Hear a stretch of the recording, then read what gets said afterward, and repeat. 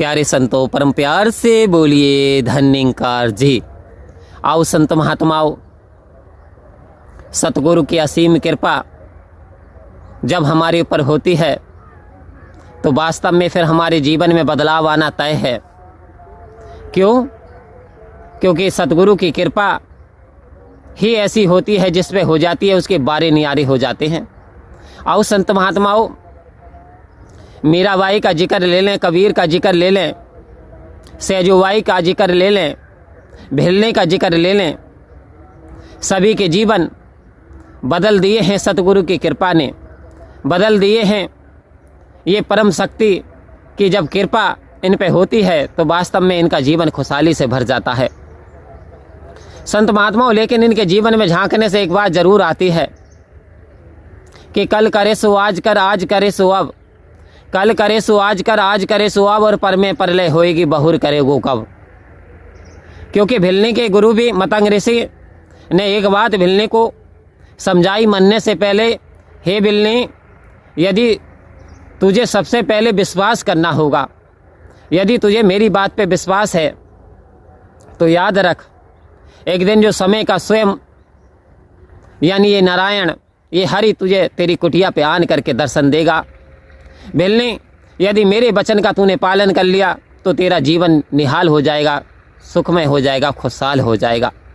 तो आओ संत महात्माओं, भिलनी ने ये बात स्वीकार की, सतगुरु पे पूर्ण विश्वास किया।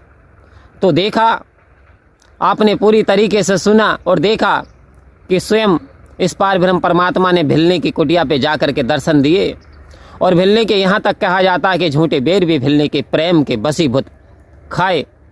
तो कहते हैं क्या भगवान धनवान के बस में है? क्या भगवान विद्वान के बस में है? क्या भगवान भगत के बस में है? तो भगत के बस में है भगवान। संत महात्माओं, ये पार ब्रह्म परमात्मा हमारा उद्धार करने के लिए आता है। यानी देखिए, वहाँ पे भिलने का उद्धार कर दिया और यहाँ पे अहम रूपी रावण का विनाश कर दिया, रावण के अहंकार को तोड़ दिया, ऋषियों मुनियों के जो तपस्या को सुरक्षित कर दिया। तो ये काम सब परमात्मा के होते हैं। लेकिन इधर कैकेयी पे ये दोष लगाया जा रहा है कि कैकेयी ने अगर ऐसा ना बोला होता, वरदान ना मांगे होते, तो भगवान राम को वनवास ना हुआ होता और भगवान राम राजगद्दी पे होते। तो आओ संत महात्माओं, फिर ऐसा क्यों होता है जब भगवान राम 14 वर्ष का वनवास काट करके और वापस जब आते हैं अयोध्या को, तो सबसे पहले कैकेयी माँ के ही चरण क्यों छूते हैं? एक उन जिनके कारण यानी राज गद्दी छोड़ी, वनवास में रहे, वनों में वास किया। तो आओ संत महात्माओं, फिर उसी माँ के चरण सबसे पहले छू रहे हैं। तो ये बात जब उठी तो भगवान राम ने कहा, ये माँ कैकेयी ने नहीं कहा, ये सब मेरी मर्जी से हो रहा था। तो आओ संत महात्माओं, अगर आपके जीवन में कुछ कमो बेसी चल रही हैं तो वो आपके लिए यानी अच्छी नहीं है। आओ संत महात्माओं, यदि आपका जीवन अभी उतार चढ़ाव चल रहे हैं, कुछ दुख हैं, तो समझ लें घबराने वाली बात नहीं है, ये सब कुछ परमात्मा की कृपा से हो रहा है। आपकी यदि कोई मांग, कोई मुरादें कोई पूरी नहीं हो पा रही हैं, कोई इच्छा पूरी नहीं हो पा रही, दुख तकलीफ है, कोई चाहत है, तो समझ लें अगर मन की मुरादें ना होती हो पूरी, उसमें भी कोई राज होगा जरूरी, तुम्हारे लिए होगी सुखदाई कम। संत महात्माओं, आग जलती है चूल्हे के अंदर और आग का काम है जलाना, खाना बनाना, लेकिन एक बच्चा होता आग को पकड़ना चाहता, बार बार आग की तरफ जाना चाहता।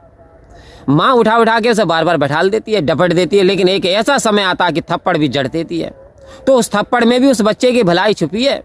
यदि थप्पड़ ना जड़ती और वो उस आग को पकड़ता तो हाथ जल जाता। आओ संत महात्माओं, कोई ऐसी इच्छाएं होती हैं यदि पूरी हो गई तो आपको दुख ही दुख देंगी।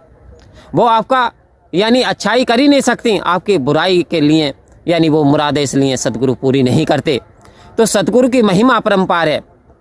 कह रहे 3 काल है सत्य तू मिथ्या है संसार, घट घट वासी है प्रभु अविनाशी करतार। प्रभु तू तो अविनाशी है, घट घट में व्याप्त है। तो आओ संत महात्मा, हमारी ऐसी नज़र बन जाए कि परम पिता परमात्मा कड़ कड़ तेरा वास, कुर करन करावन हार तू, सब कुछ तेरे पास। हे प्रभु सब कुछ आप कर सकते हो। तू चाहे तो एक छोटी सी चींटी से मरवा सकता है हाथी को, तू चाहे तो कुछ भी करवा सकता है और एक छोटी सी चींटी से हाथी को मरवा सकता है। आओ संत महात्माओं, कितना बड़ा हाथी होता और चींटी कितनी छोटी होती है। तो ये जो सारे काम होते हैं सदगुरु की कृपा से होते हैं। बस हमारा काम है तेरा नाम लेना और तेरा काम है गिरते हुए को थाम लेना। अब हमारा काम क्या बन जाए? सेवा सत्संग सुमरण, सेवा सत्संग सुमरण ज़्यादा से ज़्यादा जितनी हो सके इतनी हम सेवा सत्संग सुमरण करें तो हर हाल में हमारे घरों में बरकत होगी, हर हाल में हमारा जीवन खुशहाल हो जाएगा। परम प्यार से बोलिए धन्यकार जी।